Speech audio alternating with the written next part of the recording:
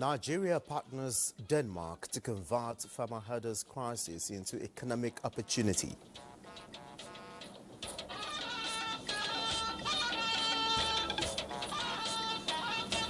We hope to get support from Denmark in those capacities so that Nigeria also becomes a non-permanent member of the United Nations Security Council. Second session of Nigeria-Brazil Strategic Dialogue Mechanism opens in Abuja, consolidates mutual growth.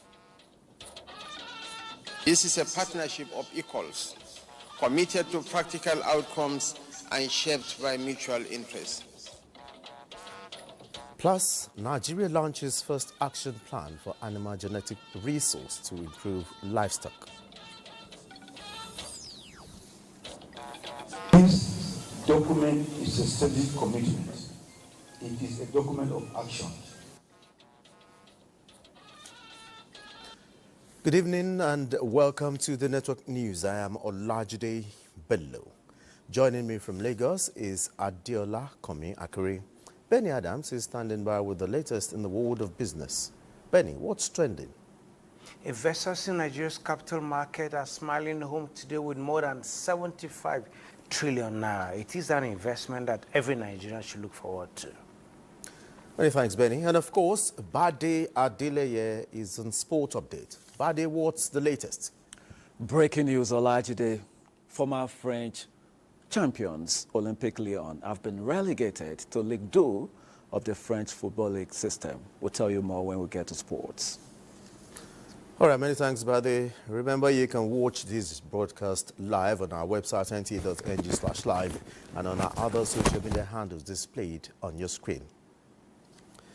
Now, President Bola Tinubu has expressed belief that Nigeria and Brazil can be greater together if both countries collaborate more to develop the potentials yet untapped in the countries' bilateral relations. It was when the president received the Brazilian Vice President Geraldo Alckmin at the State House. State House correspondent Musbah Dan Wahab has more. Nigeria and Brazil are working to further strengthen the bilateral ties between them. The presence of the Brazilian Vice President Geraldo Alckmin in Nigeria has seen 7 working groups discussed more areas of collaboration under the supervision of Vice President of Nigeria, Kashim Shettima. To introduce to you Now, the second in command would introduce his Brazilian counterpart to his principal. New areas of collaboration are being worked out between the two countries as President Tinubu and President Lula da Silva have decided to take their relations higher.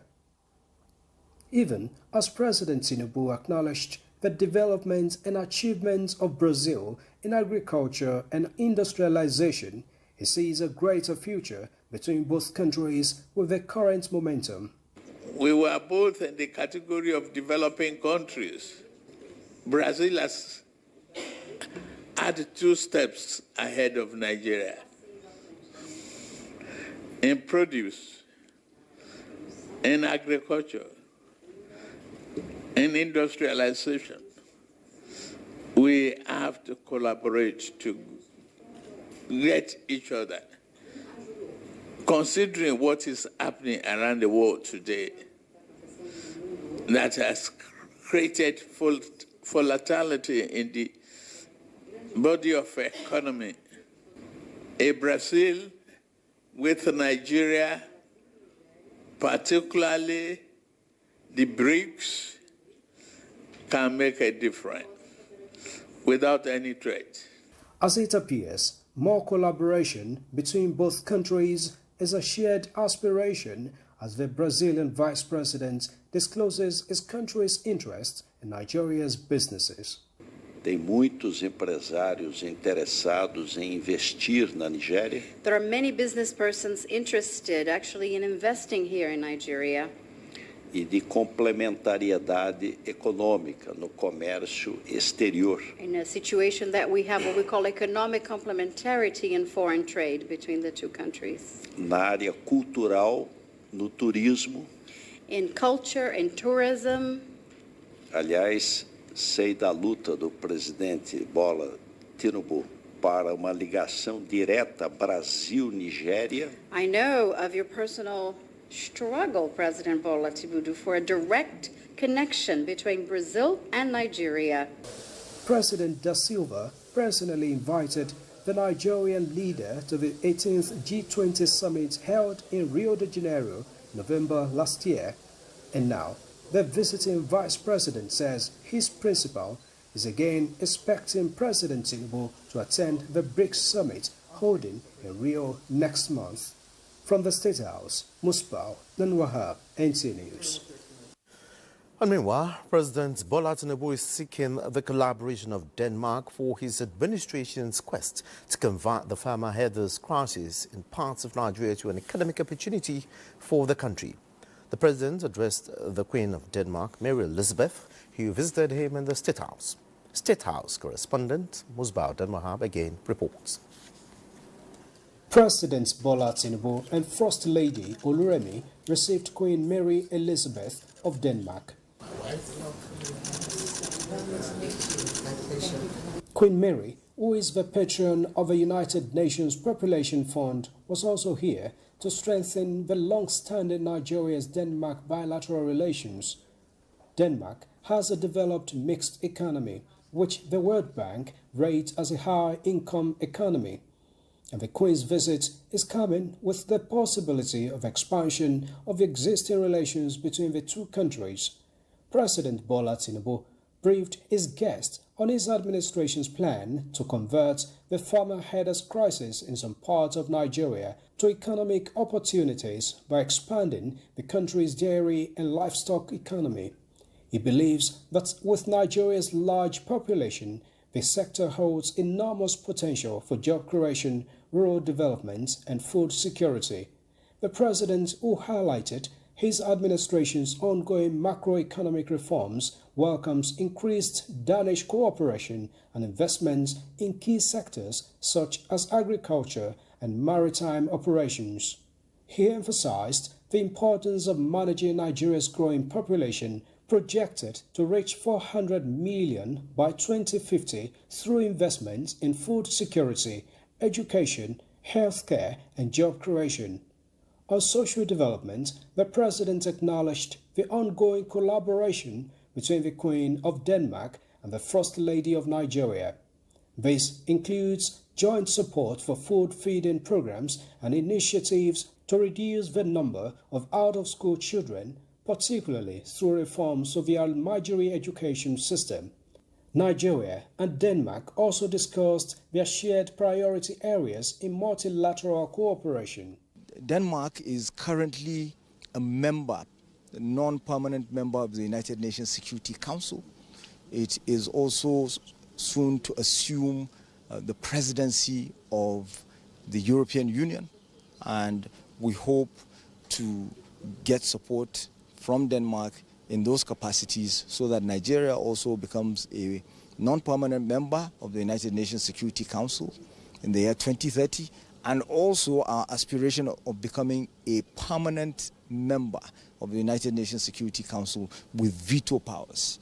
And of course, support in discharging some of our responsibility also as a leader on the African continent, reforming the global financial architecture, reforming the global governance system, reforming the United Nations. President Tinubu and his First Lady presented gifts to the Queen. In Abuja, Musbao Danwahab, NTA News. Now, under the renewed hope agenda of President Bola Tinubu, Nigeria is now a place where investment makes sense, enterprise can thrive, and where the state itself is being retooled to deliver Nigeria. Nigeria's Vice President Kashim Shettima made this declaration at the opening ceremony of the second session of the Nigeria-Brazil Strategic Dialogue Mechanism, SDM. State House correspondent Adeni Ita reports that Vice President and his Brazilian counterpart Geraldo Alckmin signed a new memorandum of understanding as an addendum to the 2013 agreement which birthed the SDM.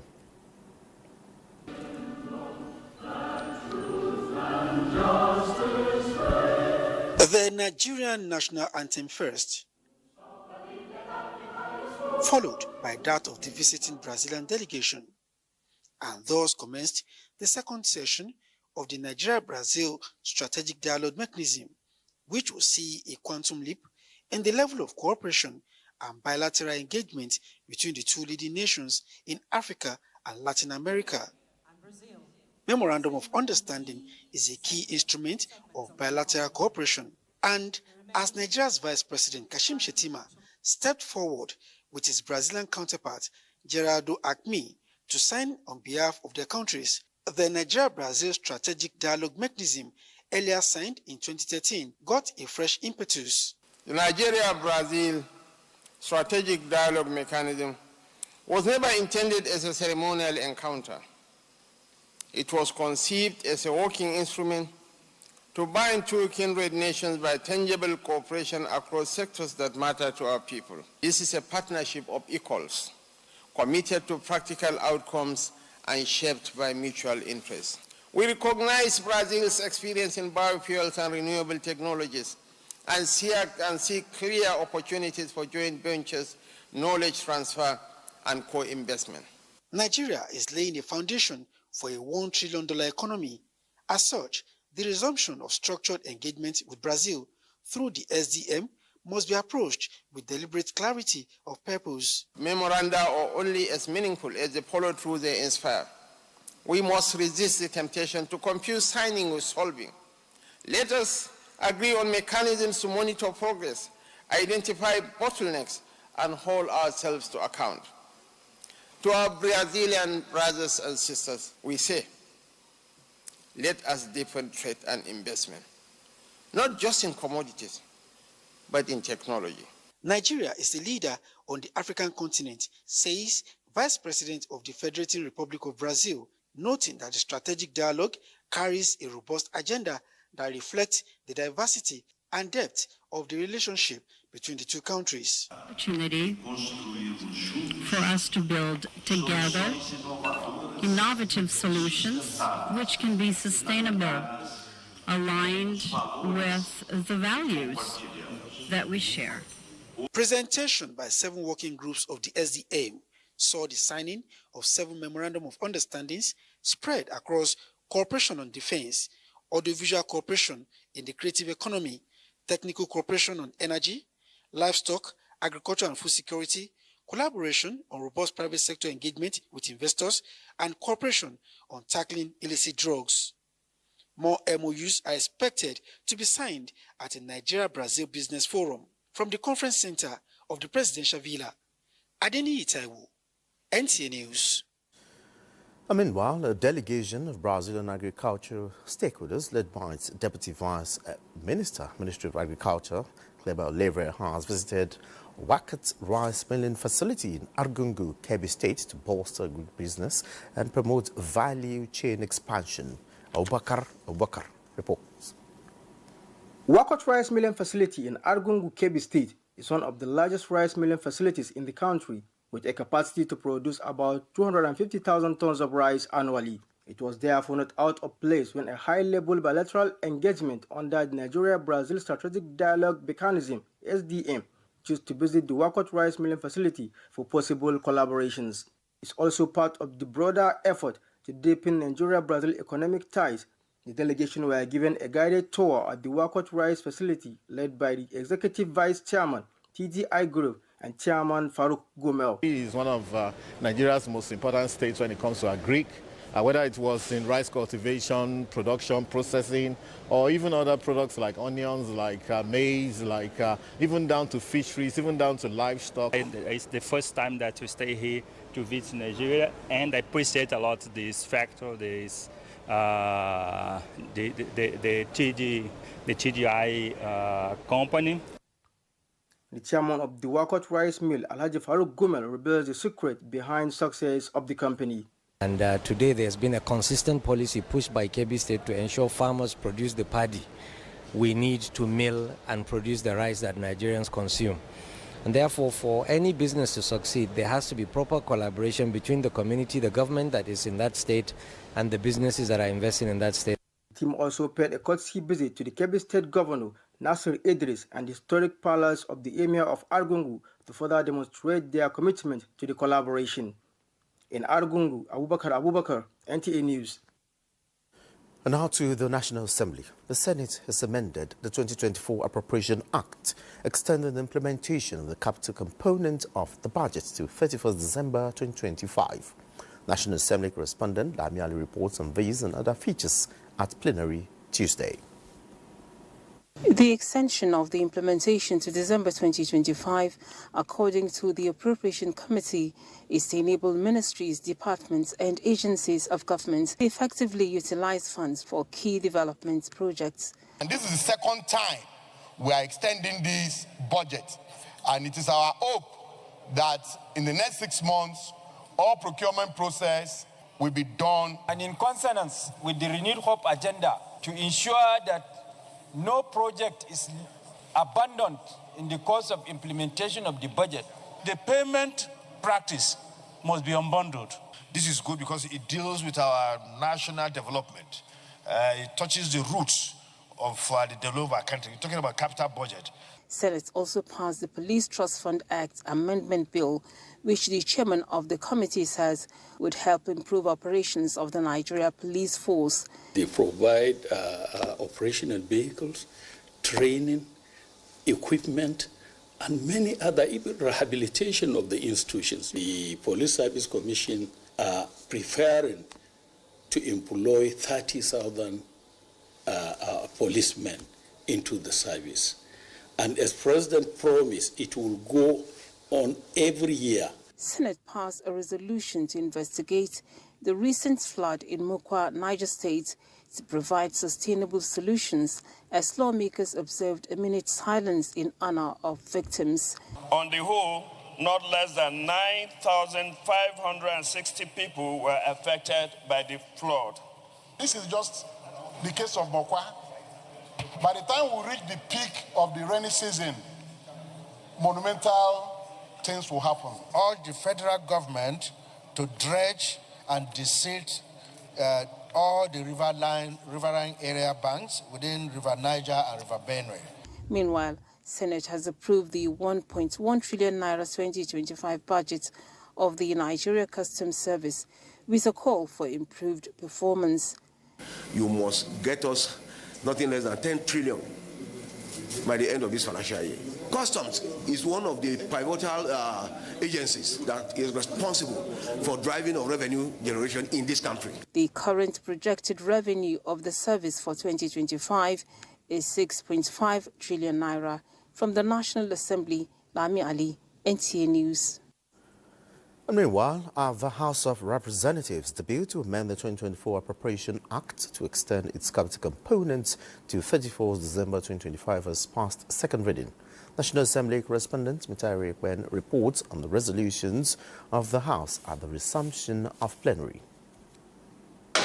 Lawmakers referred the 2024 Appropriation Act Amendment Bill to the House Committee on Supply to approve additional extension of the budget to 31st December 2025, citing the need for proper funding. As at this time, the budget is still not substantially funded, and I believe it is in the interest of the country for us to move for this extension of the budget from June 30th to 31st December. Meanwhile, in a letter to the House read by Speaker Abbas Tajuddin, President Bola Tinubu has declined to sign the National Assembly Library Trust Fund Establishment Amendment Bill 2025 into law. The President expressed reservations about some provisions that are inconsistent with existing policies. As it relates to funding of agencies under the National Assembly, taxation of national entities, public service remuneration, as well as age and year of service, among others. If this bill becomes law, these provisions will establish an unsustainable precedent against the public interest. Regarding security in Plateau State, an ad hoc committee of the House held an inaugural meeting to put finishing touches towards convening a special conference on security challenges in the state. It will be an opportunity for truth-telling, healing, dialogue, and decisive recommendations. At a budget defense session, the House Committee on Customs asked the service to stop collection of 1% comprehensive import supervision scheme levy, saying it is not backed by law. Even the 7% cost of collection you are taking is equally illegal. It's an executive fiat of the military. We'll give you the opportunity of these few days. Any attempt to try it and collect the CISS on 1st of July, you will face the wrath of the law. Since 2009, we have been fighting the Nigerian custom on this issue of the CISS account. Throughout last year, we did not receive anything under 1% CISS. The committee advised the Nigeria Customs Service to ensure its activities align with statutory provisions. From the National Assembly, Mitaire Ikben, NTA News. And to infrastructure development, the right-hand service carriageway of the Inner Northern Expressway connecting the Ring Road Free to the Outer Northern Expressway, otherwise known as Murtala Mohammed Expressway, has been opened for the motoring public. This follows the inauguration of the 16-kilometer road by President Bola Tinubu. Onoze Yakubu reports. The completed first phase of the project is a 16-kilometer stretch road with a plan to develop other phases in due course. The total length of the full scope ILEX, that is from Maitama up to Outer Northern Expressway, when it's in full scope, is 32.5 kilometers. The ILEX is planned to be a 10-lane expressway comprising 2 main carriageways of 3 lanes each. It's a reminder to us on what could be achieved when vision meets action. This road was awarded, like the Revenue Secretary said, in 2014 at a cost of 7 billion naira. 7 billion naira, but was of course because of inflation variations to 31 billion naira. 31 billion naira. It's been the policy of Mr. President under the New Hope agenda to continue with projects that would be impactful. President Bola Tinubu, represented by the Deputy Senate President Barrow Jibril, commends the visionary leadership style of the FCT minister. This vital carriageway we commissioned today is not just a road. It is a symbol of progress and a reflection of administration's New Hope agenda. He urged residents to treat critical public assets with respect. Onoze Yakubu, NTA News. Are you watching the network news? More reports when we return. Do stay with us. Thanks for being there. Now, talking agriculture. Nigeria has launched its first national strategy and action plan on animal genetic resource to improve its livestock productivity and resilience.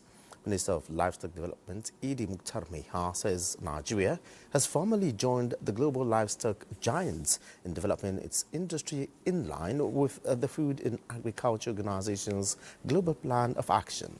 Yusuf Jika reports. This marks the formal inauguration of a 71-page document action plan on Nigeria's genetic resource management. The plan aligns with the Food and Agriculture Organization, aims to conserve and sustainably use and develop superior genetics while preserving the indigenous animal breeds. Minister of Livestock Development, Idi Mukhtar Meha, says the inauguration marks a significant stride and serves as a beacon of livestock development amidst global competitiveness. This document is a strategic commitment. It is a document of action. It is our own resolve, a roadmap to preserve our nation's livestock biodiversity, strengthen rural livelihoods, and ensure food security. The NSAP is so critical. You cannot talk about gene bank, you cannot talk about characterization, inventorization without the gene bank, without the NSAP. This is a good step in the right direction for Nigeria, and FAO is proud to be part of this. Stakeholders on the event lauded the Livestock Productivity and Resilience Support Project for coming up with a document that will support the nation high in the Committee of Livestock Producing Nations. Take advantage of the global changes that are happening. We're looking for more collaboration from the Health Press and then the national team. The event also featured the inauguration of the National Advisory Committee for the implementation of the National Strategy on Animal Genetic Resources Management. Involves government agencies, research institutions, traditional leaders, and private sector. In Abuja, Yusuf Jika, NTA News. Returning residents of Malam Faturi headquarters of Abadam local government area have been assured of continued support as they settled down in their ancestral home after spending years in the Niger Republic as refugees. Governor Babagana Umara Zulum gave the assurance when he paid a one-day official visit to commiserate with the military and civilian population following terrorist attacks on the community. Muhammad Goni reports.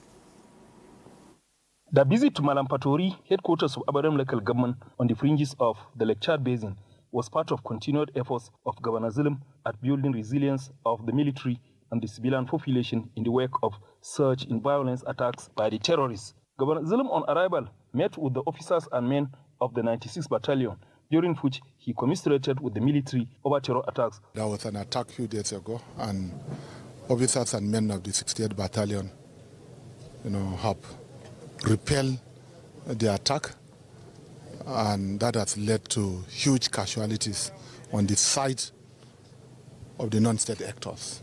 On their side, they experienced few casualties. The governor also commended the sacrifices and patriotism towards their fatherland, assuring them of continued government support. Interacting with the residents of Malampatori who returned to their ancestral home after 11 years of displacement, the governor sympathized with them over the terror attack and applauded their resilience and reassured them of government's support through enhancing their means of livelihood. I'm happy that the town is now fully back. I want to commend the army, I want to commend the federal government for all the support that they have been rendering towards ensuring full resettlement of our displaced communities. He charged them to be law-abiding and cooperate with the military and the local authorities by reporting suspicious movement and persons. Professor Zulum also announced cash support to the troops and volunteers, as well as male and female residents. In Maiduguri, Mohamed Goni, NTA News. The surveying and geoinformatics profession continues to play a pivotal role in the acquisition, processing and management of geospatial data in response to complex environmental and developmental challenges. President of the Nigerian Institution of Surveyors, Matthew Bitoye, made this remark while addressing the 59th Annual General Meeting holding in Enugu. Chiagono Aro reports.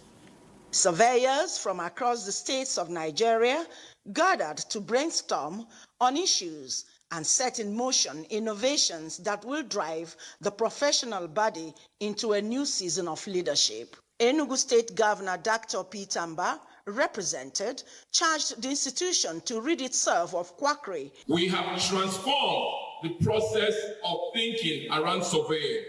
One of the examples has been the way we have used surveying as a profession and surveying to help us in our land mapping system. President, Nigerian Institution of Surveyors, gave an appraisal of the institutions over the years, describing it as dynamic evolution, emphasizing the importance of geospatial intelligence, which is said has become indispensable in urban planning and environmental management. The theme of this year's conference is timely, apt, and essential. It's direct aligned with the United Nations Sustainable Development Goals. Geospatial intelligence represents the fusion of geographic information system, GIS, remote sensing, and spatial analytics to provide actionable insights. The Enugu State Chairman of the Nigerian Institution of Surveyors, Emmanuel Nnamani, recalled the birth of the institution. Since 1956 in Enugu, awards were presented to dignitaries and the royal father of the day, Igwe Julius Nnaji. In Enugu, Chiegonu Aro, NTA News. In a bid to address challenges and causes of delays in the passage of judgments involving distressed and failed banks across Nigeria, The Nigeria Deposit Insurance Corporation has commenced its annual sensitization seminar in collaboration with the National Judicial Institute for Federal High Court Judges in Lagos. Amaka Orwo reports. This seminar by the Nigeria Deposit Insurance Corporation, NDIC, was established out of the urgent need for judicial officers to be adequately equipped in the adjudication of matters relating to deposit insurance, with the theme strengthening adjudication and depositors' confidence in the banking sector. NDIC will, appreciate shorter adjournments so that there will be decisions on these cases. When a bank closes, the essence is just for NDIC to pay the depositors. Our concern is actually the depositors because they have the priority of claim. The hierarchy of the Nigerian judiciary were present as the Administrator National Judicial Institute, representatives of the Chief Justice of Nigeria, Justice Kudirat Kekere Ekun, and Chief Judge of the Federal High Court, Justice Jan Sohu, say that the seminar will explore evolving trends. This seminar will yield far-reaching benefits for our financial and judicial institutions. Paper presentations, contributions and discussions were made by notable intellectuals in the judiciary and also learned sake of the noble profession. Judges are encouraged to really be in charge of their courts. Stop dilly-dallying, know when to hold the brakes, know when to speed, no overspeeding and no delay. There's still new provisions that have been introduced in the 2023 Act that has made it a lot more easier for NDIC. For the Nigeria Deposit Insurance Corporation, its collaboration with the judiciary dates back to the 2022 with the aim of preserving the integrity of the banking system, protecting depositors' assets, and promoting public confidence. In Lagos, Amaka O, NTA News. And time now to join Adeola in Lagos for stories making the rounds from the Center of Excellence. Good evening, Adeola. It's over to you.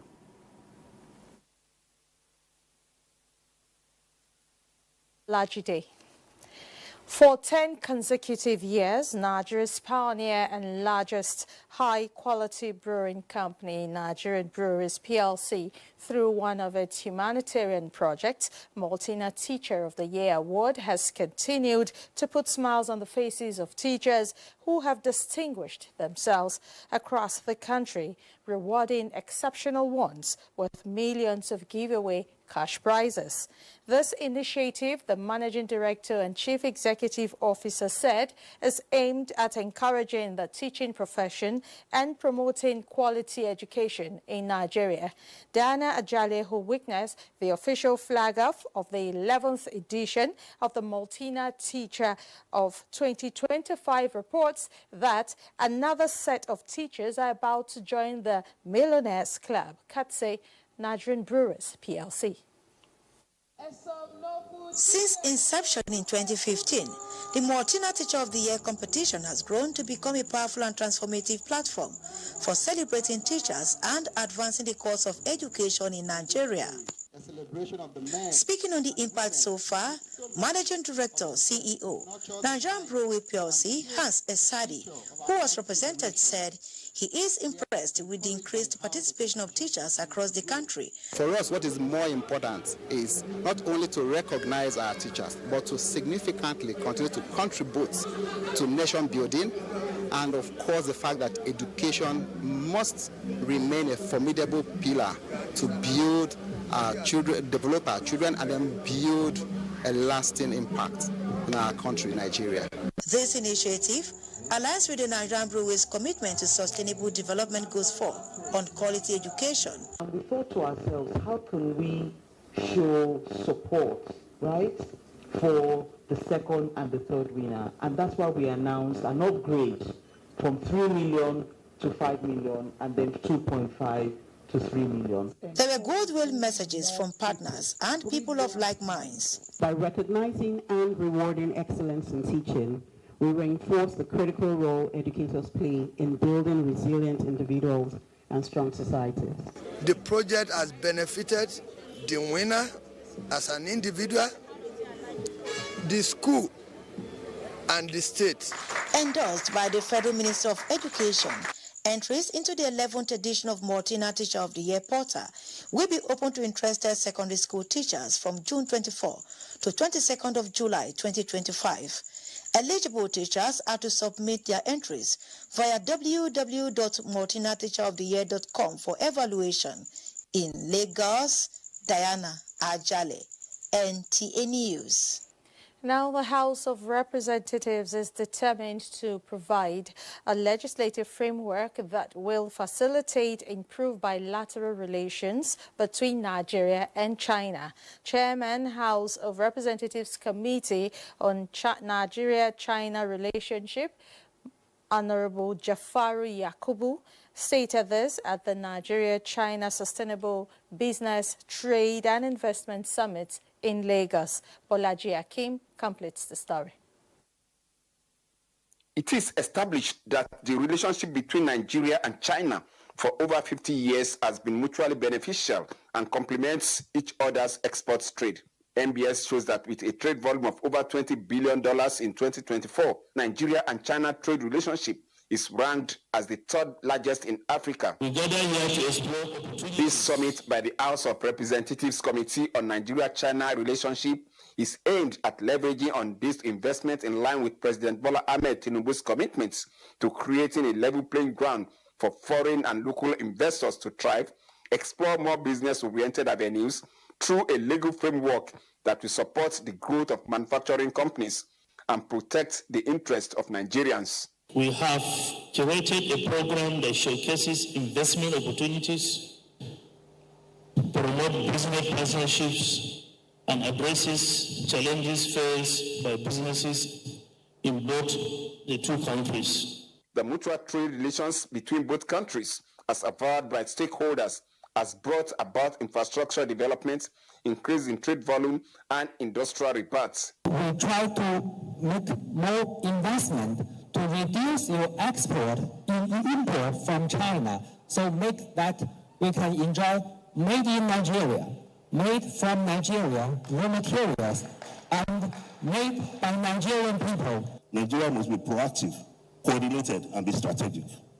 Therefore, the Nigerian legislature, through its lawmaking, oversight, and budgetary rules, has a critical part to play in actualizing these 10 China-African partnership actions. Participants at the summit say addressing trade imbalance between the two countries will go a long way in changing Nigeria's narrative to a complete manufacturing country. In Lagos, Bolaji Akim, NTA News.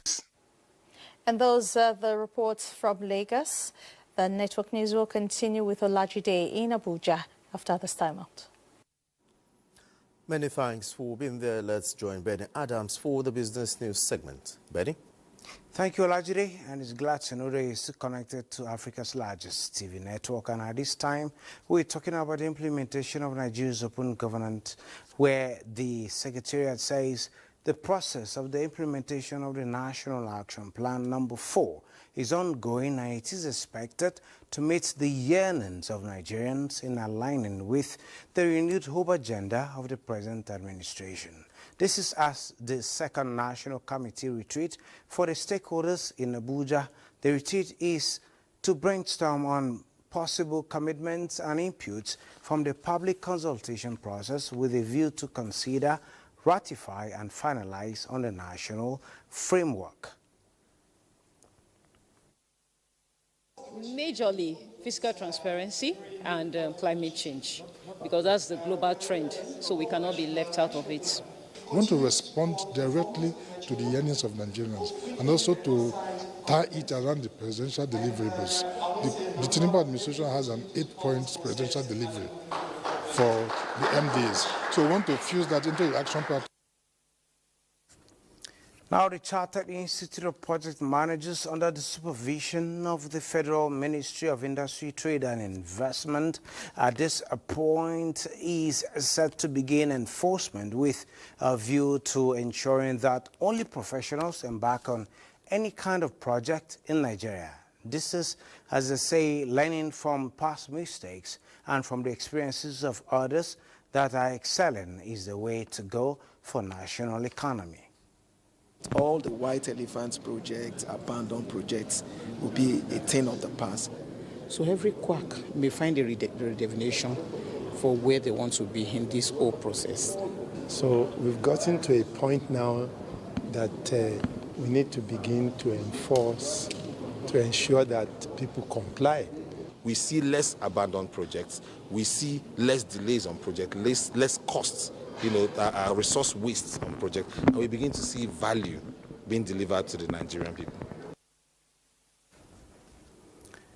Well, at this point, let's talk about the Nigerian exchange. At this point, looking at the summary, we had a volume of 868.6 million volume of shares traded in 222,207 deals valued at 23.7 billion naira. Looking at the top losers, we have Darcom losing just 58 kobo at this point, Prestige losing 102 naira, and on the top spot is IMG losing 33 naira 40 kobo. And looking at the top trade at this point, Living Trust having traded 112.2 million shares valued at 415.6 million naira, and Royalex, the second spot, having traded 103.5 million valued at 113.3 million,